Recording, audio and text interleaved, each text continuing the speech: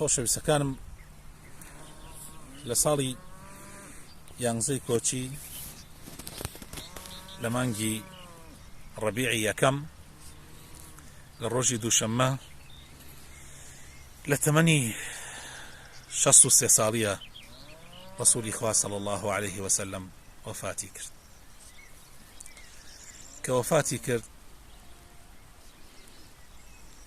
وفاتی پێغەمبەری خوا صلی الله عليه وسلم کارەساتێکی گەورە بوو بۆ مسلمانان بۆ گەورە و بچووکیان. ئەنەسی کوڕی مالک ئەفەرمێ خوای لێ ڕازی بێ ئەفەرمێ هاتنی پێغەمبەری خوا صلی الله عليه وسلم بۆ مەدینە خۆشترین شت بوو لە ئێمە،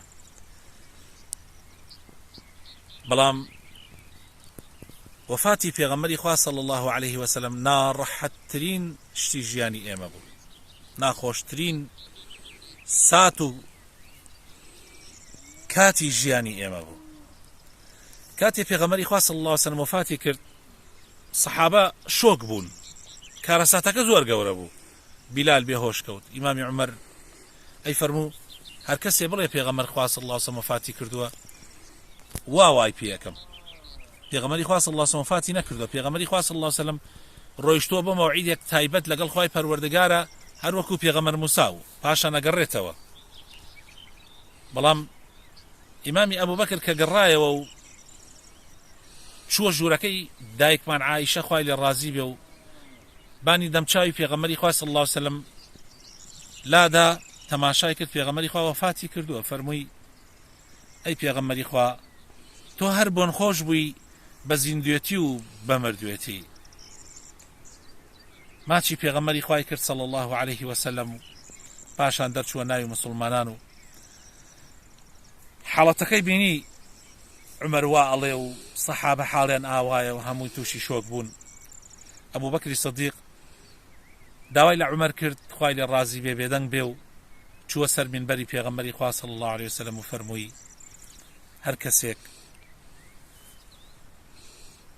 ئەگەر محەممەد ئەپەرستێ، هەر کەسێک لە ئێوە محەممەد ئەپەرستێ ئەوە محەممەد مرد، من كان يعبد محمدا فإن محمدا قد مات. بەڵام هەر کەسێ ئەگەر خوای پەروەردگار ئەپەرستێ بێگومان خوای پەروەردگار زیندووە و نامرێ. ئەو ئاەتەی خوێندەوە کە خوای پەروەردگار ئەفەرمێ وما محمد إلا رسول قد خلت من قبله الرسل أفإن مات أو قتل انقلبتم على عقابكم. هەروەها و ئاەتەیش کە خوای تعالی فەرمێ إنك ميت أي محمد صلى الله عليه وسلم إنك ميت وإنهم ميتون. ابن عباس فرمي أمن دقسكاني إمامي أبو بكر كاريگر بو أو آياتي خوێن دەوە هەمومان لەبەرمان یا زۆربەی سەحابە لەبەری بوو كأنه یەکەم جارە ئەو ئاەتەدا ئەبەزێ و بیستومانە. زۆر کاریگەر بوو زۆر. جا منیش ئەڵێم هاوڕێیانی خۆشەویستم مسلمانانی بەڕێز، ئەڵێم هەر کەسێک لە ئێوە ڕەمەزانی ئەپەرست ئەوە دڵنیا بن ڕەمەزان کۆتایی پێهاتوو، ئەمڕۆ جەژنە. بەڵام هەر کەسێ خوای ئەپەرست خواپەرست بوو ئەیزانی خوای پەروەردگار خاوەنی ڕەمەزانە و خاوەنی مانگەکانی تریشە، ئەوە بێگومان خوای تەعالا زیندووە و هەرگیز نامرێ. با بەردەوام بێ لەسەر خواپەرستی. بەردەوام بوون لەسەر خواپەرستی گرنگترین شتەکانە. ئەوانەی بەڕاستی لەسەر ڕێگای خوا بەردەوامن و ڕاستە ڕێگای خوای کەورە ئەگردن خوای تەعالا لە ژیانی دنیا و لە ناو قەبرە و لە ڕۆژی قیامەتیشە خوای پەروەردگار مەلایکەیان بۆ سەرادا ئەبەزێنێ بۆ لادا ئەبەزێنێ پێیان ئەڵێ هیچ بێتاقەت مەبن، هیچ غەمبار مەبن، مژدە بێ بۆ ئێوە بە بەهەشتێک کە خوای پەروەردگار تایبەت ئامادەی کردەوە ئیمانداران.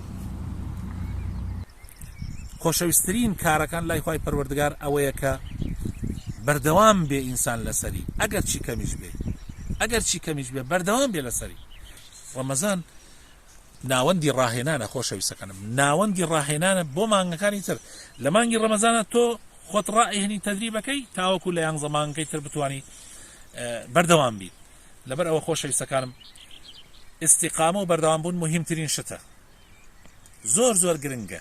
هەرەوە حەساو نییە تۆ یعنی بتوانی ڕەمەزان مەزبوط بی، گرنگ ئەوەیە کە دوای ڕەمەزان ئەوەی لە ڕەمەزانە کۆت کردوتۆ نەیفەوتێنی، لە دەستی نەدەی، ئەوە زۆر زۆر گرنگە. داواکارم خۆی پەروەردگار ڕەحم بە هەموو لایەکمان بکە، تاعەت و عیبادەتی هەموو لایەکتان قبوڵ بکە. وەسەلام عەلەیکم وەڕەحمەتوڵڵاهی وەبەرەکاتوه.